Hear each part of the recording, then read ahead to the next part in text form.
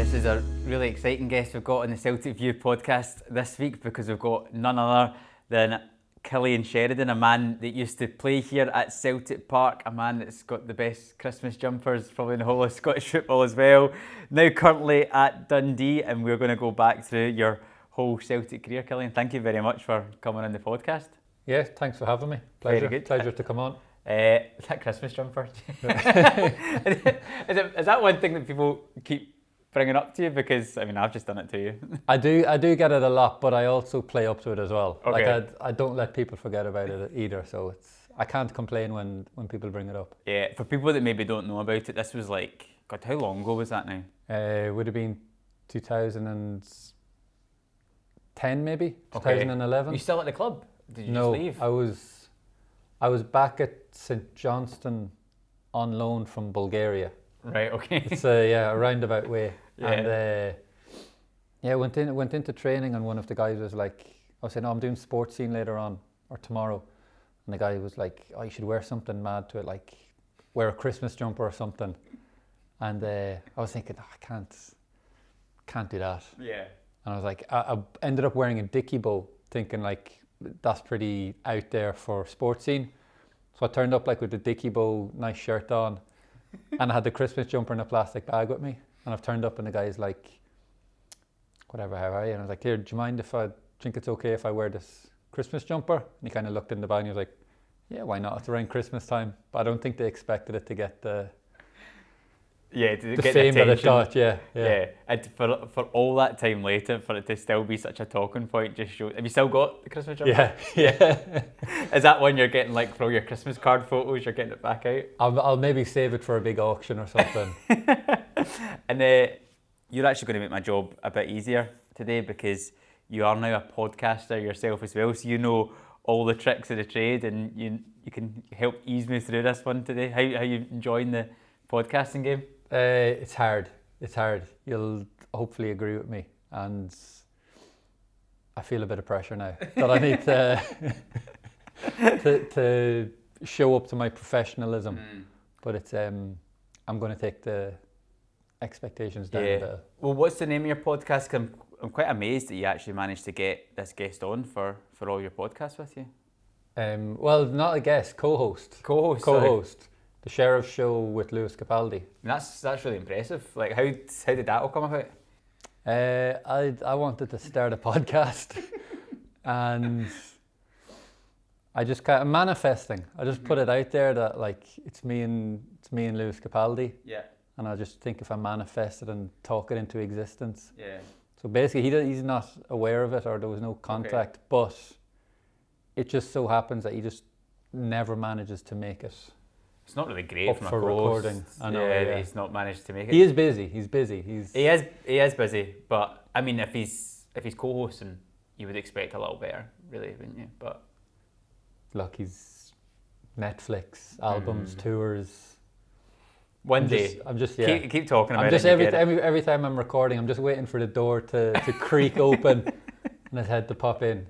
And when it does, he'll be welcomed with open arms. Good. That's good. You're not burning any bridges with him that he's not turning up then. No. Right, So keep tuning in because it might happen. Yeah. One day, you never know.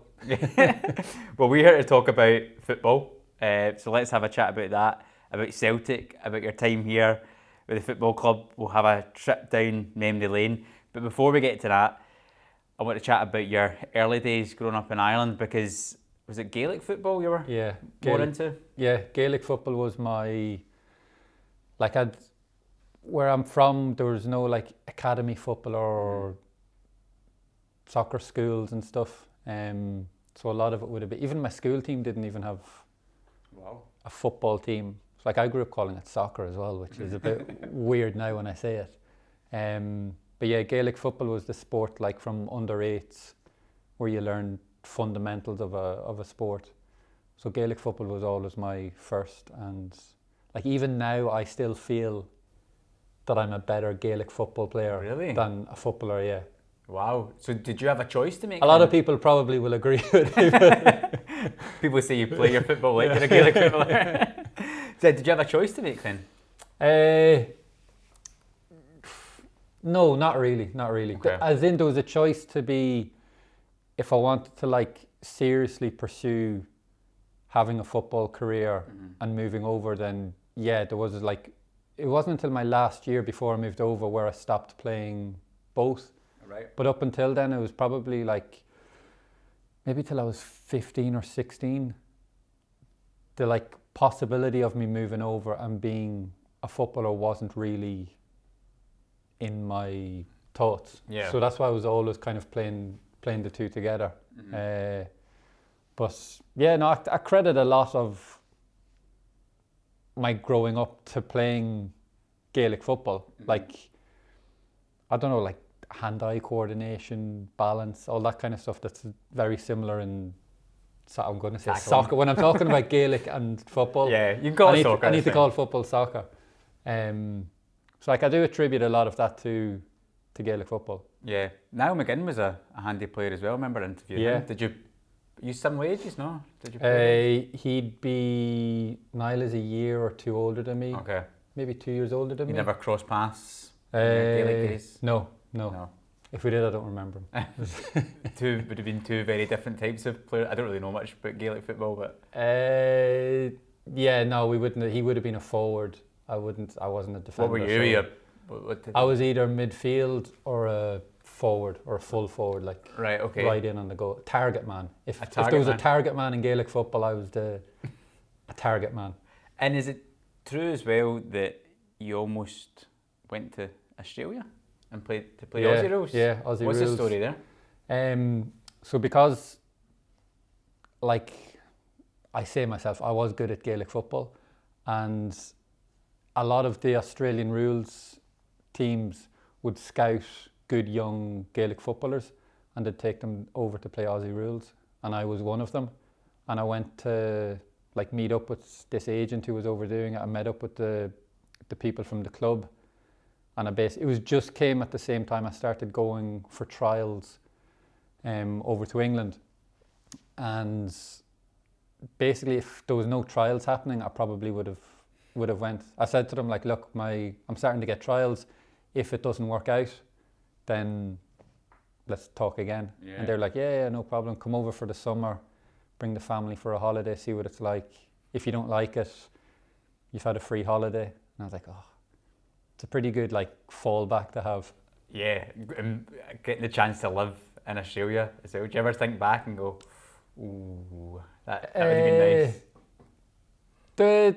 Sometimes, yeah, but then I see like there are monsters there. Oh, Like and when I look back now at like my debut pictures for Celtic, I was like a stick. So like I was thinking there would have been a lot of work to do for them to beef me up. Yeah, I mean that's incredible though. You had the chance to go maybe into Gaelic football professionally, maybe into Aussie Rules professionally. Then you end up coming over to Celtic. Gaelic football isn't professional. Oh, sorry. So that's why, so when I was saying there wasn't much of a choice to decide between the two, so there's no, Gaelic football's amateur, so there's no like career to go into with it. So Whereas when the career to have football, I could go into it. So that's why there was, once the chance, or like there was a reality of me being able to go over to England or to Scotland, then I was kind of like, okay, I'm going to have to pursue that. Right, okay. So it was a choice between Australia and then Celtic. Is that what swayed your decision to not go down the Aussie Rules path, or what was happening during that kind of period? Celtic were the only team that offered me a contract. Right. I went to about 4 or 5 teams. I went Norwich, Sunderland, Blackburn and Celtic. And I think Celtic was the last team I went to. And I remember being in the taxi going to the airport in Dublin. It was like I had to get a flight at like 8 in the morning or something, so I was getting a really early taxi. And the taxi driver seen me, like 16-year-old with a sports bag, getting a flight on his own. So he was asking me about it, and I was like, I'm going over on a football trial to Celtic. And the guy was like, whatever you do, like give it everything. If you just run, if you're not having, things aren't going well, just run, give it everything, like bust your pan in, Scottish in. And for some reason that stuck in my head. And Really? I remember like, played a trial game, and I ran everywhere. just like, a few months later, one of the other young boys in the youth team said to me, he was like, oh, like once he got to know me, he was like, I remember I had to play up front with you in that trial game, and like you were running any time he'd go to make a run, like maybe down the channel or something, I'd go and take over his run and stuff, going into his space, and it was all down to that taxi driver. So this is it then. The taxi driver is the reason that you're here at Celtic today. Yeah, so that's coaching badges. Forget all that. Just just run. Just get a taxi and he'll tell you just run. So what was that like then when you came in for that trial? So talk us through how long you were here for, what you had to do, like what you were feeling, because obviously this is a massive opportunity for you at that moment to potentially get a contract at Celtic. Like, yeah, a lot of people might be feeling pressure in that moment. See, that's the other thing with the pressure. I never had, because of the Aussie rules, I never had the pressure of, obviously I wanted to come over and press and to get signed, but I never had the pressure of everything is on this. And like I've been in, if you were like in academy from 10, 11 years old, it all leads up to getting a professional contract. So I never really had that pressure, and I think it helped me. So that's why I never really had the like weight of this needs to go well. And that probably helped you then, do you think? I think it helped me, yeah. Like I came in like real naively to a lot of things, like in like dressing room culture and stuff like that. But there was a few Irish lads in the youth team when I came over that I played with in the Ireland under-16s, and one of them was in my team I played for back in Ireland in Dublin, Paul Cahalan, he was in the youth team, and then there was a few other Irish lads. So I think I came over for a week. For a week's trial. Just ran. Come over for a running trial. I'd love if I could see like a video of those trainings, because I would have been like doing little boxes and stuff like that. That was my worst nightmare when I was first started, like in youth team, the possession boxes. But yeah, I just remember the game was maybe on the game probably would have been on the last day, and I might not even have been a week, might have only been 3 or 4 days. And then I just remember at the end of the week, Tommy Burns saying, it was up here at Celtic Park, and Tommy Burns saying, we want to offer you, because I knew I'd done well, I think I'd scored maybe 2 goals or something and ran. But he said, yeah, we want to offer you a contract. We'll fly your parents over the next chance or the next break, and it'll all be sorted. Wow. How did that feel then? And particularly someone like Tommy Burns. Yeah, it was just like, it's almost like relief, because the like 3 or 4 trials I'd been on before all ended with thanks, but it's not gonna, you're not what we're looking for, whatever way they let me down. So you're kind of like expecting to hear the same. So then like to get the nod, you're like not really, you're not, it's weird, like you're not building up to expect a yes. Yeah. So when you're saying yes, so we're like, oh wow, okay. And then you're straight to the phone to Australia being like, I am not coming sorry, over, lads. see you Sorry, later. Lads, So that was what, 2006 when you signed for Celtic, is that right? Yeah, I moved over 2006. I think I officially signed, I have a feeling it was April time. It was Gordon Strachan's first year where they won the league very early. So I'm sure it was I think it was maybe an Easter break or something we came over. And I remember like a few days before, I played a game back in Dublin and sprained my ankle, and I was on crutches. Right. So I remember like Tommy Burns introducing me to Gordon Strachan after the game, just down the tunnel, like, oh, Gordon, this is our latest signing. And Strachan looked at me and was like, cheers, Tommy. Yeah, I can imagine Gordon Strachan, his face in that moment. Like, what was he? Did you have much dealings with him when you first came in, or were you kind of more in the youth team, reserve teams when you first came into Celtic? Yeah, no, I was only in the youth teams, not even the reserves until, I'm going to say like maybe around Christmas time, November, December time. I could be way wrong, but when I first came in, it would have been all just the youth team. And it was the time when it was Celtic Park and down at Barrafield. Yeah. So we would have always just went to Barrafield, and then you'd see the first team training there, but that was the most of it. Like, you might sometimes go have to collect some footballs and stuff, and you might get to throw the balls back to them, but other than that, there wasn't really any. I was going to ask you, like, what was it like coming in? Was it like a real eye-opening experience for you, or the fact that you maybe didn't have that much of a connection with the first team, was it a little bit kind of easier just to make that transition? Yeah, like there wasn't really, for me the only transition was moving away from home, and that was seamless. Like, that was easy because there was all the lads, like Scottish and Irish are pretty similar, so all the lads were really sound. I knew some of the Irish boys already, and then the football, all of that was totally new to me, so there was no, like, I'm saying that, like, it wasn't a transition for me, but because no matter what football it was going to be new to me. So I kind of went in like I said, like quite naive to it all, and just like not really knowing what kind of like little unwritten rules like that you'd have in dressing rooms and football and stuff, and just like the whole like their humour and stuff like that took me a while to get used to. Can you remember anything which caught you by surprise then? And Nothing like in particular, but like just little things where like stupid little jokes that I wouldn't really get, that the laugh was on me.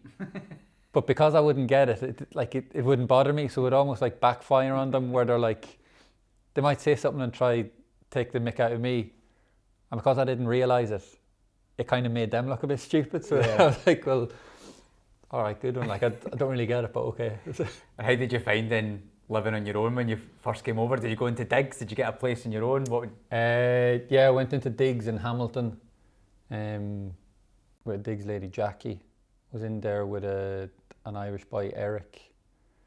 The two of us went. I was a year older. The two of us moved over at the same time, and then that was like good. Enjoyed it. Nice family. Dinners were nice, which was important. That was that's all I really remember from that, because I was only in it for about a year. Okay. Because my first year went so fast, and like I progressed. I was only in digs for a year. Yeah. Your first year did progress really fast. We'll get onto the debut in a little bit, but just sticking in the youth team that you moved into, who were the names? Who were some of the characters in that team? There was a few mad guys in it, like who were just a lot of them aren't playing football anymore. Okay. There was the guys who are still playing football from my youth team would have been, I think Kevin Cawley, who's at Alloa. Mm-hmm. Yeah. Graham Carey at St Johnstone. Paul Skinner was the goalkeeper. I think he's still playing back in Ireland. And there's going to be some lads that I've forgotten. And they're going to call you up now. Yeah. Yeah, sorry lads. Was it a lively changing room? Yeah, it was. It was like I felt quite comfortable in it. That once I got to know most of them, then I could be myself and not be like loud in the dressing room, but kind of like to take part in it and be myself in it. Yeah. Trying to think of like any like mad. Can't really think of any mad stories or things happening. It's maybe quite a professional then youth team where you're all aspiring to make it to the top and you're just grinding every single day. And yeah, I mean, it didn't end well the first year with our youth cup final. So that was. I don't know. So what happened there? Is that a story that can be aired? It probably shouldn't. It probably shouldn't be aired. No, we lost 5-0. Oh, right. Youth Okay. Cup final. Right. Okay. And did you get a hammering for that? Yeah, we came in the next day, and we did report here the next day at like 9 o'clock in the morning or something. So Tommy came in after the game, right, everyone, 9 o'clock tomorrow morning, Celtic Park, away dressing room.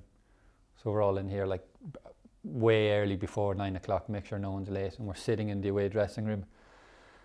9 o'clock comes and we haven't seen Tommy or anyone or Willie McStay, and comes up like 9:10. Tommy walks in the room. Barrafield, it was Barrafield. Everyone find, get yourselves down there. We've all like scurrying down to Barrafield. We went in and he ran us as a punishment.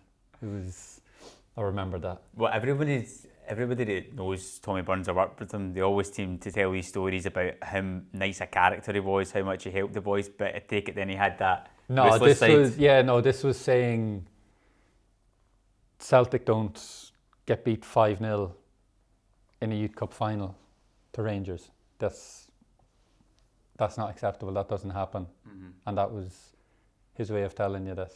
And I even after like changed our food that we used to get down there, because we used to like get nice food, a little bit of selection, and then it's like all the stuff you have all been given, all that's you're taking advantage of all that, taking it all for granted. Wow. Chicken, pasta and tomato sauce, that's all you're getting. That's all we got for like, I can't remember for how long afterwards. But then I kind of got away. I got to go up to Lennoxtown. So bye guys, see you later. But yeah, that was like one of the things I remember one of the biggest things I remember from my first year. Yeah. So you come in, you're training with the youth teams, you're playing the youth teams. By all accounts, from what I was reading, you seem to get off to a bit of a flyer. I actually watched, we'll show it actually just now. I saw a goal you scored, I think an under-19s game against Rangers. You'd like cut inside, cut outside, cut back out again and fired it in. So just using that goal as an example, it seemed like you were doing pretty well at that time. Don't know if you remember that, but I'll probably try and show you. So what happens then for you that year, because this is your first season at the club? When's Gordon Strachan starting to take a bit of a notice in you and kind of getting you involved in the first team? I don't know when he would have taken a notice to me and thought like, oh, he's potential to be in the first team or to be in my team or in my squad. But whenever I started to go up and start to train with the reserves, every now and again, so it was like a step up for me to go from the youth team to get called and train with the reserves. And then once I was up there, I was doing well. There was then sometimes the first team would need maybe 4 or 5 reserve guys. And I never knew if that was Kenny McDowell at the time was the manager of the reserves. I never knew if that was his call to be like, right, you 4 lads go, or if it came from Gordon Strachan. But when that started to happen, when I started to go from the reserves mixing in with the first team, that was when I was kind of like, whoa, I think I might actually like have a chance here. And then that's when I'm saying I'd do stuff in training that I wouldn't really realize what I'd done until afterwards, or like maybe like years later it might just hit me someday. I was like, oh, I remember doing that in training. Like I remember one time playing little games and someone across came over. I think I took a chest. Stephen Presley was the defender. I've taken a chest. I've like flicked it over his head, and then like hit a first time finish past Boric. I remember like I've loads of people like not going crazy, but like making little noises. But to me, I didn't realise like kind of what I was doing. And then I remember it just hit me one day, like years after. I was like, oh, now I can see like why everyone used to say like I was raw. Yeah. And a nice way of saying I could be terrible sometimes, I think. And it was like later on, that's when I realised like what they meant.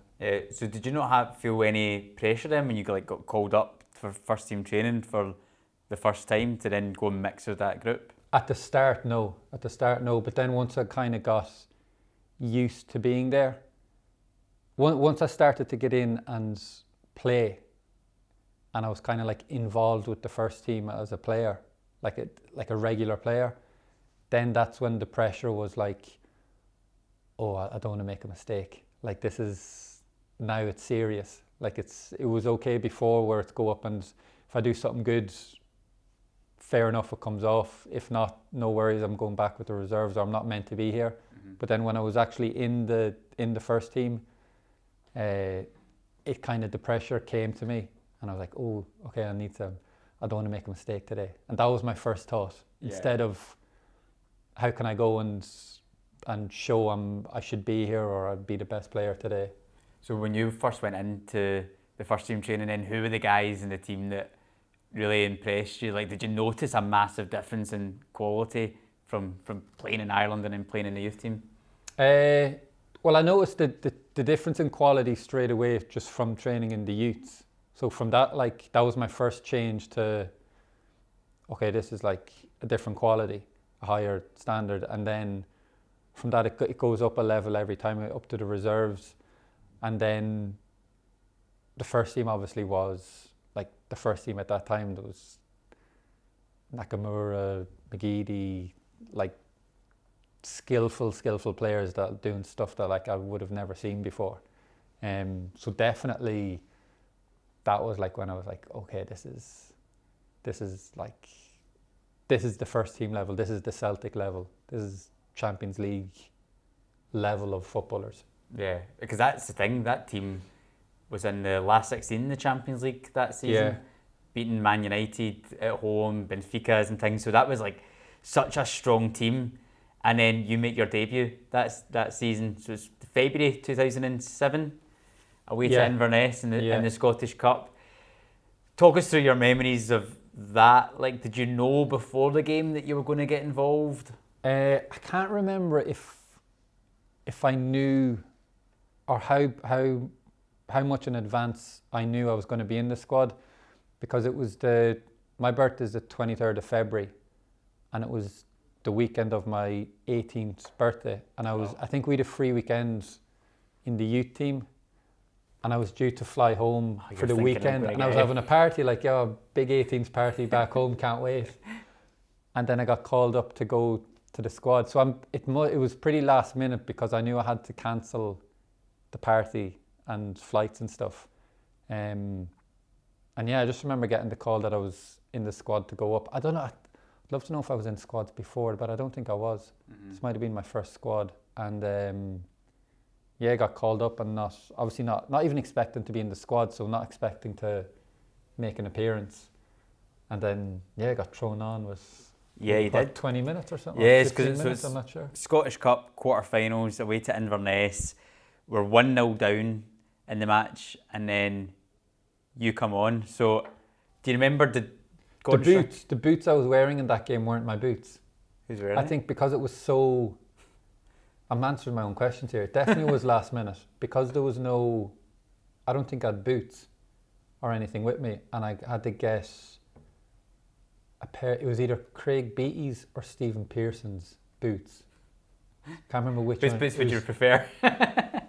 They worked out well, so it was, on that day they worked. And it...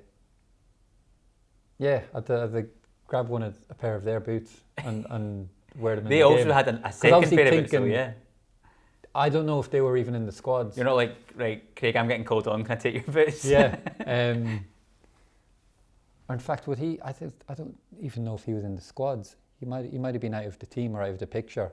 Yeah. So it probably looks even worse. It does. That I'm going and taking his place on his boots. Craig, sorry, I'm just in the first team these days, so can you give me your boots? Give me your boots, yeah.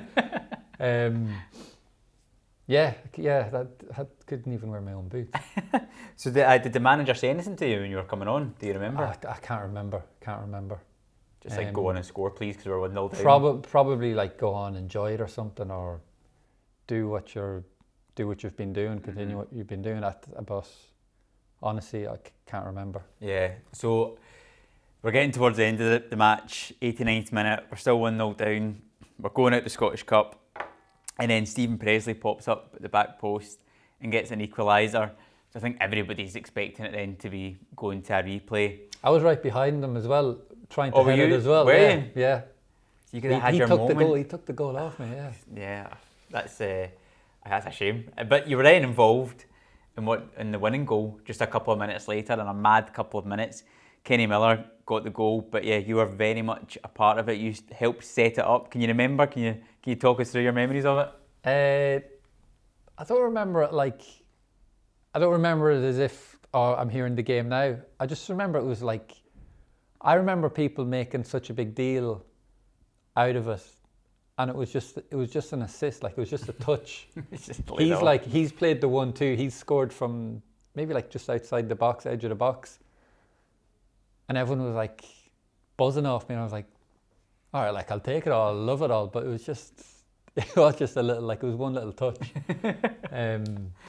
So yeah, I think I'll give him most of the credit. Yeah. Did you feel when you were coming on though? Did you feel like any pressure or any excitement? Like, what's it like to make your debut for Celtic? Because it's something that so many people dream of doing. It's something I wish I took in more. Okay. And was like probably my whole time at Celtic really. Like if I could have taken in more of it and been more aware of everything that was happening, and like acknowledging everything that was happening and what I was doing, instead of just going into the next thing that was happening. I was like, okay, that's happened, sound, next thing, or like probably not appreciating everything and every moment that was happening. Plus it means I'd have more vivid memories of stuff as well. It would help. But can you remember after that match then? Because you must have been I remember Yeah. after in the dressing room, and I remember it Inverness little away changing room, and I remember sitting, I'm sure, was I sitting beside Neil Lennon, or maybe he's come over to me and like given me like a hand and said like, brilliant today, like well done. And then Lenny was the kind, like in training, if you made a mistake, he'd hammer you, but then anytime he'd give you a little bit of praise or said you've done something good, it would make that bit of praise like 10 times more than someone else who's always saying well done, well done. When they say well done after something, you're like, you always say well done. So like, okay. But I remember specifically after that game, Neil Lennon being like, well done, brilliant today. And your 18th birthday weekend, you didn't fly back to Ireland straight after it, did you, to celebrate? No, unfortunately, no. But I think I had a better weekend. Yeah. No, what a way to make your start as a Celtic player. But then after that, it took you a bit of time to then make your second appearance for the club. I don't think it was until towards the end of the following season. So what happened after that match that made you have to wait that little bit longer? I think the end of that season, I don't think I made another appearance at the end of that season. No. And then when I came back the next season, I had a hip injury for months I was out, and then I was just kind of like not, because one of the reasons I got into the team in the first place was because there was injuries, suspensions, so a lot of things happened where I was like right time, right place, doing well, and I got a chance. And then like normal, like players come back, first team players come back. Big Jan Vennegar, he was one of the guys who got injured. So once he came back, he was the main like target man, tall striker. So kind of once they all came back, the summertime, they make new signings. So I then kind of went back to being a reserve. Well, I was still a youth player in the reserves, but I was a reserve player with maybe I can go in and out from the first team, or I'll be involved in training. So that, along with being injured, coming back from the injury. So with the injury, I was out of the picture for so long. Other guys go in and stuff happens, but I'll blame the injury. Blame the injury. That's what everyone, all players do that. And were they quite good reserve teams then? So this is kind of like the 07, 08 season. Like, because I suppose back then you would have had quite a few of the first team guys coming in and out and playing games when they were coming back from injury as well. So was it quite a good group in that reserve team? Yeah, no, the reserves was really good. That's when like I kind of remember most. I was in the reserves more than I was in the youth team as well. So that's where most of my memories of like I say youth football, but like non-first team football at Celtic was. So I could have Cy Ferry and Nicky Riley were injured at the same time when I'd done my hip. So I was spent a lot of time with them and was quite friendly with them. It's like, as you know, Cy's you probably got a good laugh to be around. So it was it was a good reserve team as well. Like you're saying, like players that would come down at that time to get fitness and stuff, or maybe coming back from injuries and that. Was Tommy Gravesen a big part of that reserve team? Tommy that year? was in. I didn't get to play as much reserve with him because at the time he was there, I was in the first team sometimes. Okay. So I didn't get the only time, most of the time we would have had with him was like hanging about after training, playing like head tennis and stuff with him, because he'd always just be kind of like floating around the place. And but he was so good with us, like who weren't first team players. He was class. Like he was just like he'd go and talk to anyone. Like all the stories I hear about him, it seems like he actually got on with the younger guys more than he did the first team players. Probably, yeah.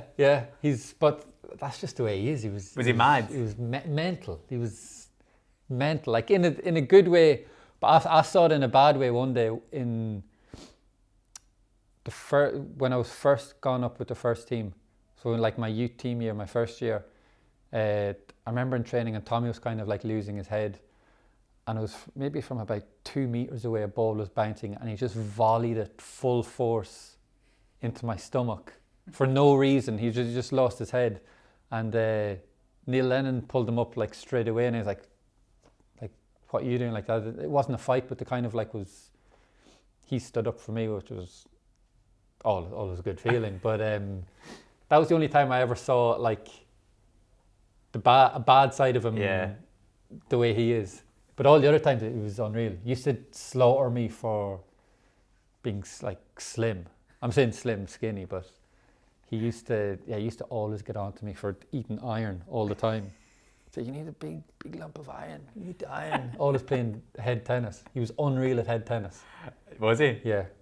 Even in like his skill wise, he was one of the most skillful players at the club at that time. But just a head case at the same time. Like I remember sometimes in boxes he was unreal sometimes. He just had that mind of his own.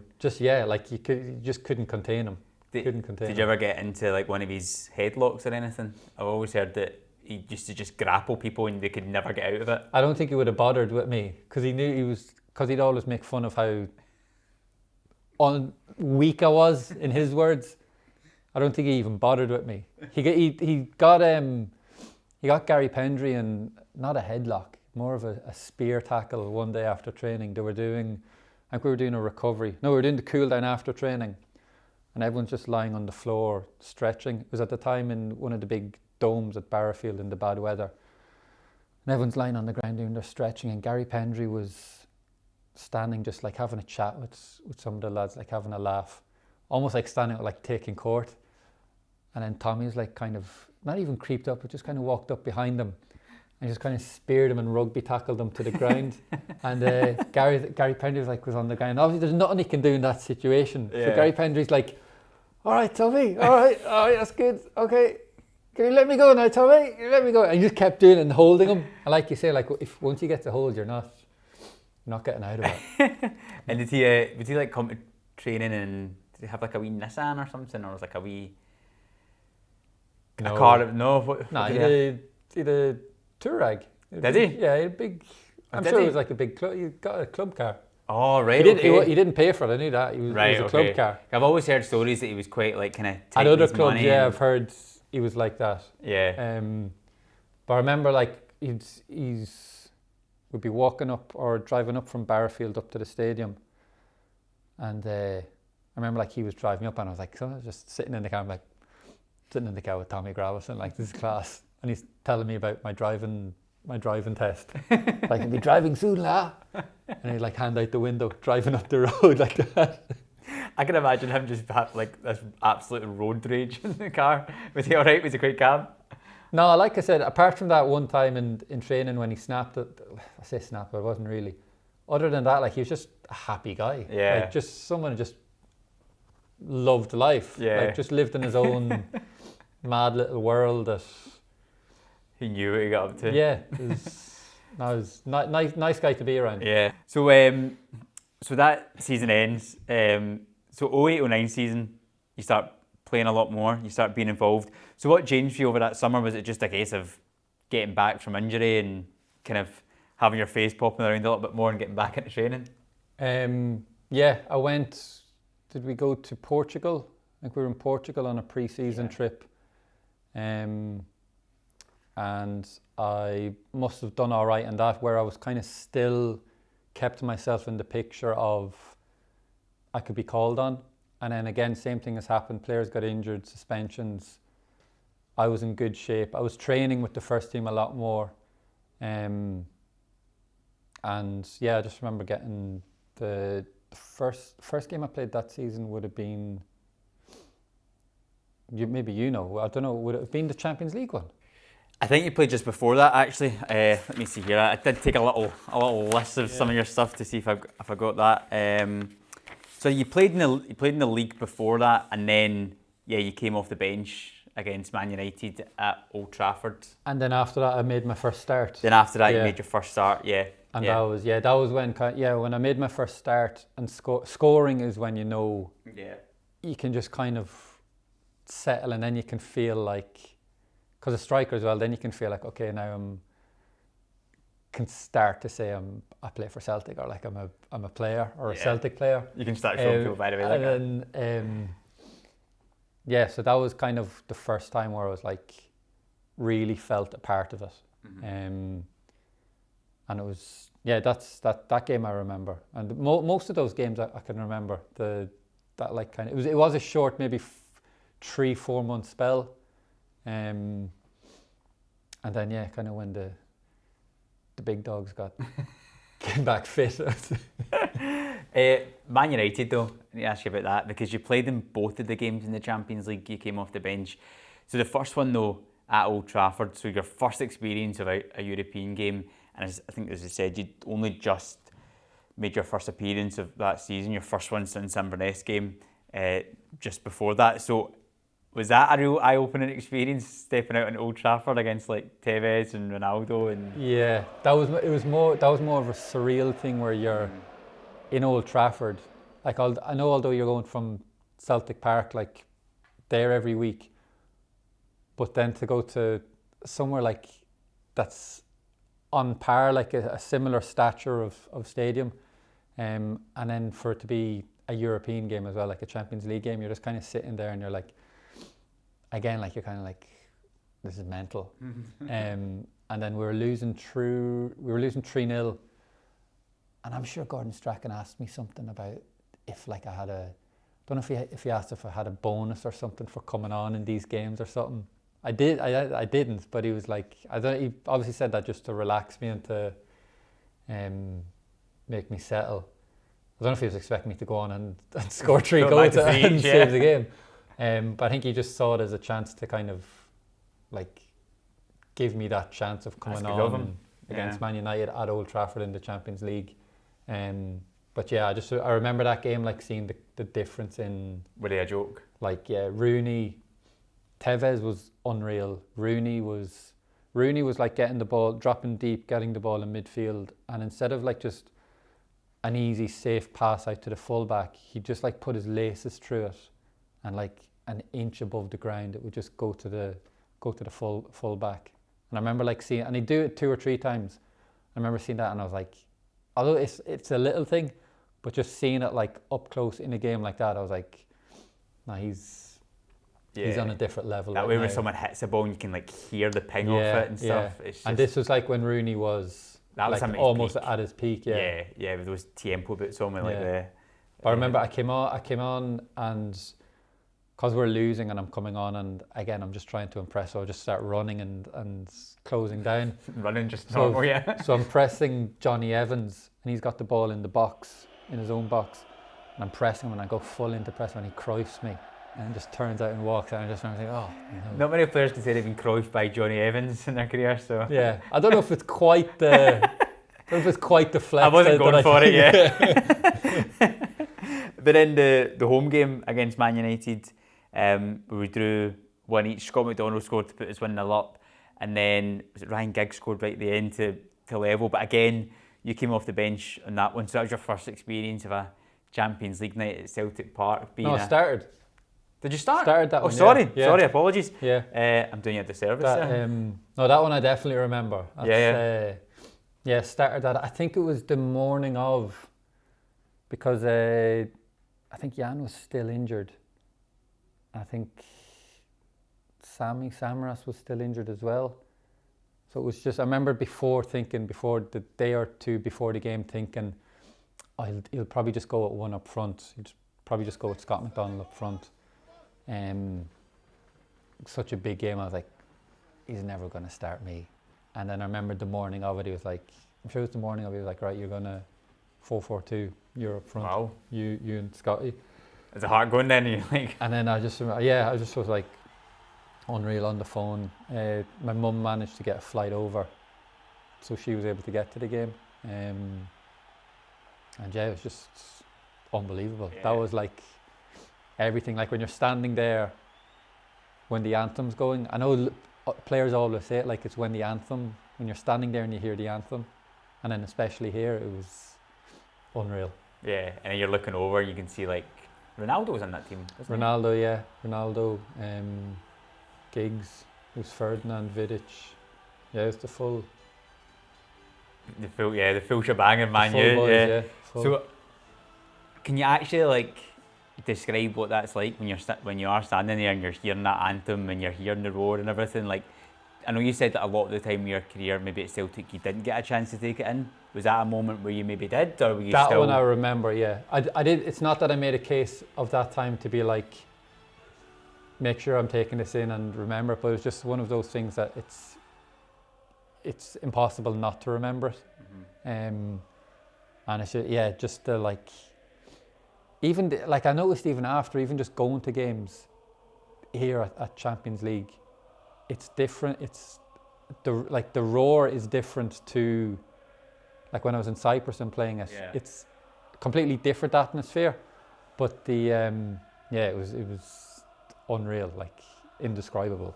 And how do you remember the actual game then? Like, you know, the roar for the Champions League anthem, but then that must have only increased when Scott McDonald scored. I don't remember too much. The only thing I say I remember it, but I don't know if I remember because I can see it. Yeah. And I see myself running over. My biggest regret from that is not scoring. I had a chance from a corner, and I headed it, and it just went over, and it's like hit the roof of the netting. I think it would have been in the second half. So to make it 2-0. And that's that was one of my biggest regrets is not scoring. Could have been in history. In those, yeah. It was. I think I tried like an overhead in the first half. I say that I'm giving myself a lot of credit there and calling it an overhead kick.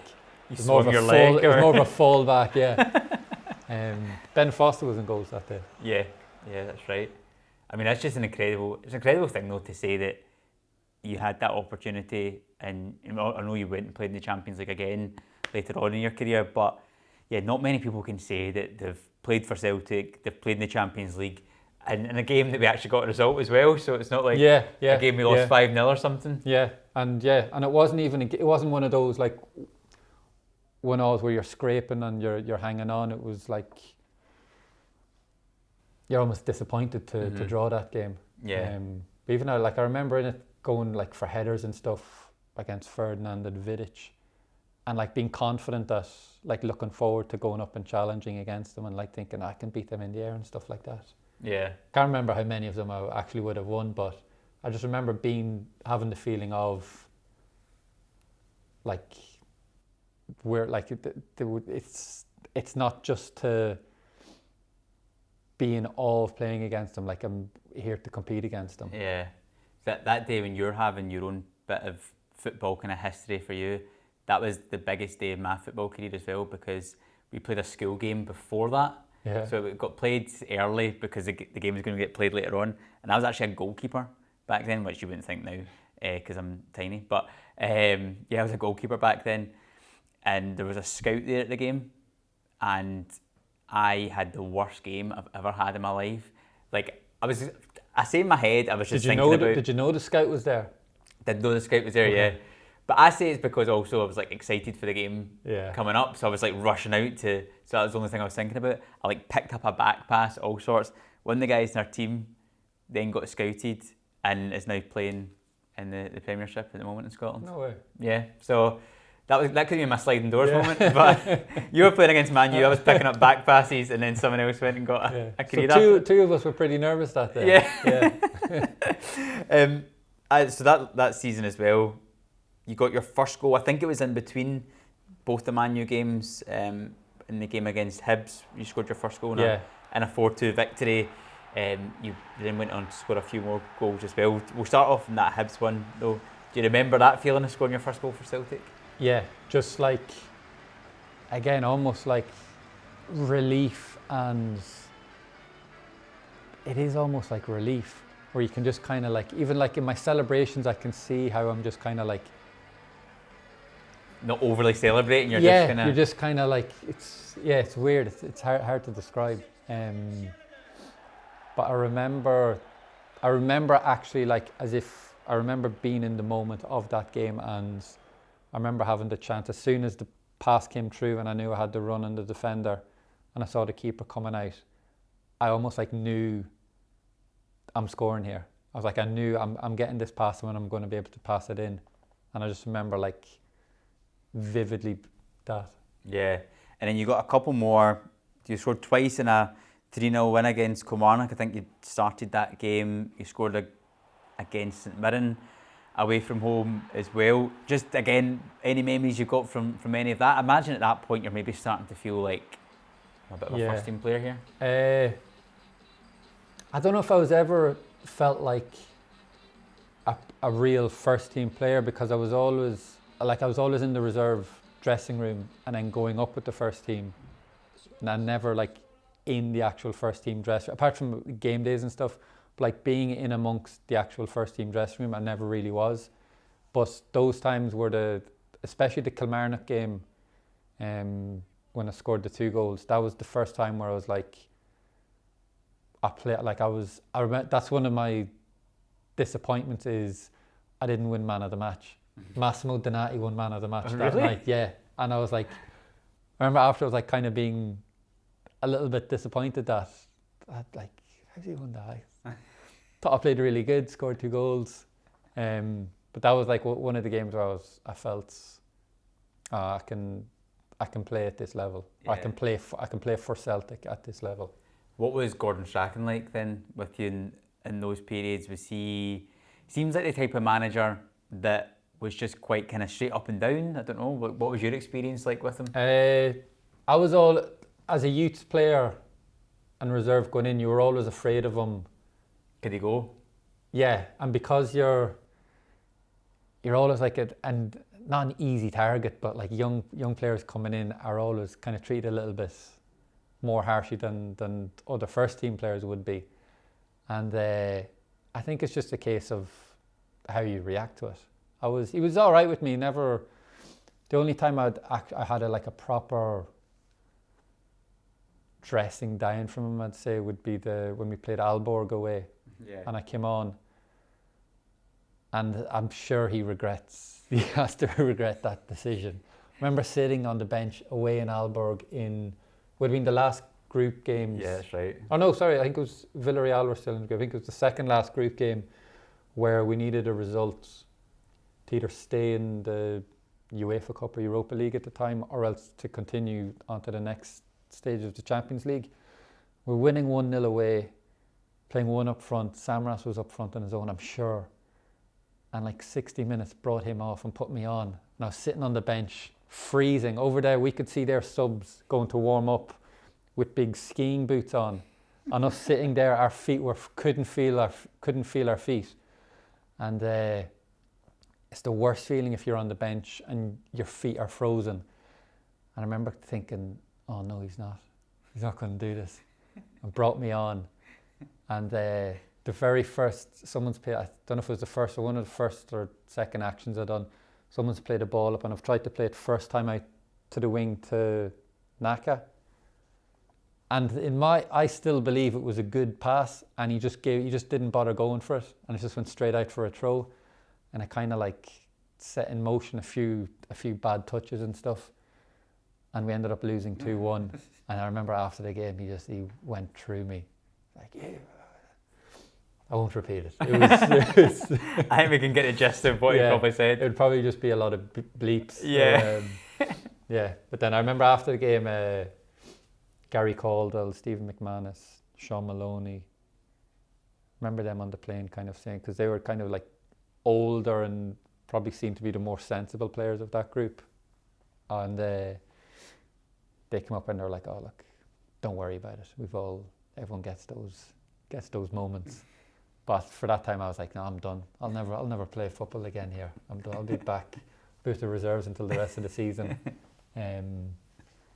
But no, he was good. Yeah. But then you did go out on loan, didn't you, in that January, February time to Motherwell? Yeah, I think it was maybe the last day of January or something, and Okay. I didn't know anything about it. And it just came. I remember driving into training. I think I got a call from my agent saying Motherwell want to take you on loan, and I didn't really know anything about them or the manager or anything like that. And he was like, yeah, look, the Strachan wants you to go out and get some game time and get away. I think he wanted me to get away from Celtic as well, because I'd kind of come in, played such big games, and he probably saw the inconsistency in some games, because I remember there was some games we played away to Hibs and we lost 1-0. It was that game John Rankin scored from like 40, 50 yards or something. And I remember playing really bad in that game. I started, and then I remember after the game, or maybe a week or 2 weeks later, having a meet or talking with Strachan and asking like, almost like apologising, saying like, oh, sorry for playing bad, like. And he was like, look, it's what happens every young player. You go through ups and downs, inconsistency. No, unless like world class Wayne Rooney is young players will have bad games. And then I think he just wanted to get me out of trying to break through at Celtic while making those mistakes and maybe having ups and downs. I think that's why I was sent away from it for those 6 months. And then within that time, he obviously ended up leaving. Yeah. So then was that you then after that? Did you play for Celtic again, or was it just loans and then for you? That was the last competitive game I would have played for Celtic. Yeah. So you had loans in Motherwell, St Johnstone as well. Motherwell, Plymouth, St Johnstone. And then I moved to Bulgaria abroad permanently. Yeah. Which was the start of an enigmatic career of places: Bulgaria, Israel, Cyprus. Yeah. Anywhere else? I say New Zealand, Australia. So Okay. I'll say like, because when I say New Zealand, people are like, I didn't know I didn't know there was a league in New Zealand. No, they actually play in the A League. Poland, yes. I think that's them all. Yeah. Yeah, I think about 5 or 6. Yeah. How have you enjoyed that experience of going to so many different places? Is it something you like set out to do, or is it just something that's happened? No, not at all. And so I always get asked. Until I started doing it, then I was like, I kind of enjoy this. Like I prefer this to where I possibly would be playing. But the first one to Bulgaria, I didn't enjoy it at all, and that was a lot of it was down to me, like my approach to it and how it went. But then once I had that under my belt, I knew I could kind of, once the next opportunity came to go abroad, I was like, right, well, I've done Bulgaria. I know what to do, what not to do. And if I was able to live there for a year and a bit, I can go, and as much as I hated it, I could go now and play anywhere and live anywhere and enjoy it. So there was never like any hesitation for me to go abroad again. Was there any eye-opening experiences from any of your times away, like real culture shocks or? Culture shocks, like the fans are mental. Fans are nuts in most of the countries I've been. Well, not most of them. Cyprus, I imagine. Cyprus and Bulgaria. They were mad, yeah. Cyprus was, I was telling one of the lads the other day on the way in, we played a cup final for my Ammonia, and last game of the season, it was 1-1. They were winning 2-1, and it was in their stadium. There was a big thing around it, which stadium it was going to be, and ended up being a draw. And it was played in their stadium with like 50-50 fans. And they were winning 2-1. And this pitch has a running track around the side of it. So there's big gaps from the stands to the pitch. But the last like 2-3 minutes, they're winning 2-1. And their fans break through the barriers and are all standing around the pitch, or like their side of the stadium. They're standing around the pitch like 3 or 4 meters from the sideline and the end lines. So I'm carrying it, they're just waiting to go on and celebrate. So I'm thinking, like in the game, you're thinking, if we score here, we're pretty screwed. Like if we score, we can't celebrate, we'll end up getting killed. All their fans will come on. And then literally as soon as the final whistle went, it was bedlam. Our fans rush on, start fighting with their fans. Security come over and they're like ushering you, trying to get you out of the pitch safely. And then you're there like trying to, within all this, you're still trying to like get the disappointment of losing a cup final. Yeah. And it was mental. Is that where the old Gaelic football comes in, your rugby tackle you went for? No, not at all. It was straight down. It was funny because after I was telling them, I was like, I need to find like some footage of it. And I was looking up on YouTube the other day. Is it up there? There's some videos of it, yeah. Right, that's the first thing I'm going to look at. Coca-Cola Cup. The Coca-Cola 2016. Cup? Okay. 2016 Cyprus Cup final. Is there have you had any other kind of mad experiences or anything that kind of comes to mind from your travels? There's a lot that I can't say. You probably couldn't air it, and I'd end up getting in trouble for myself. Yeah, we don't want that.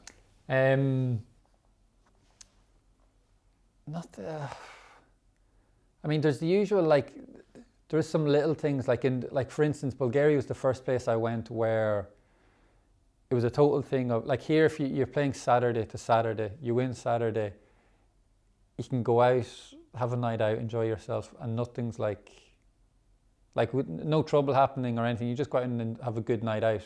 Nothing's really said or like saying, oh, you shouldn't be doing that. But over in Bulgaria, it was like, no, you can't be doing this. And I didn't really realize that. I went over there and continued kind of living how I would here. And they were like, no, like that doesn't happen. And now one of the like weird things was in the supermarkets. So over there in I think it's the only place in the world in Bulgaria, if you nod your head, it means no. And if you shake your head, it means yes. Okay. Really confusing. And like when they were telling me, it never really registered in my head. So I was like, okay, that's weird, whatever, but I'll just say yes or no then. And I remember like for ages I'd be going to the supermarket and I might just go in and get like a chocolate and a drink. And I go in like, every time I go through the queue, you should have a bag. And I'm like, no, it's okay. And it's always give me a plastic bag for like just a little bar of chocolate. So I was like, done it for ages. And one day it just clicked to me. Every time she's asking me, do you want a bag? And I'm like, no. We probably all do that. If you say no, you probably always shake your head. Yeah, so that's I'll blame that on a lot of bad decisions in Bulgaria were due to that. Do you have any like mad foods or anything you've experienced? Mad foods? Nah, nothing really. Because Cyprus foods a lot of it was meats. Yeah. Barbecued like souvlaki and stuff. Bulgaria. Sounds better in here. Bulgaria, there was these Italians at the club, and I was good friends with them, and they'd take me out to a little Italian restaurant where they knew the owner of it or the chef in it. I think he was Italian as well. And I remember like they'd take me out, and like it was my first time seeing how passionate Italians are about their food. And I remember like I'd go for lunch with them, and afterwards they'd all get espressos, and I wasn't a big coffee drinker at this time. And I'd be like, just to have a coffee with them, I'd be like, oh, just have a latte. As soon as I'd say latte, they'd be like, no, you can't do, like angry. They'd be angry at me. You can't do this. You know, the coffee and the milk mix with everything. No, like getting angry at it. But they took me out for dinner to his friend's restaurant. And we go in and I was like, oh, like, what do you think I should have? And he was like, maybe get this pasta. And I was like, what are you having? And he's like, I don't know, I've just asked them to make me something. So the food comes out, he gets to sit and he's like, forks it up, eats it, and he just stands up.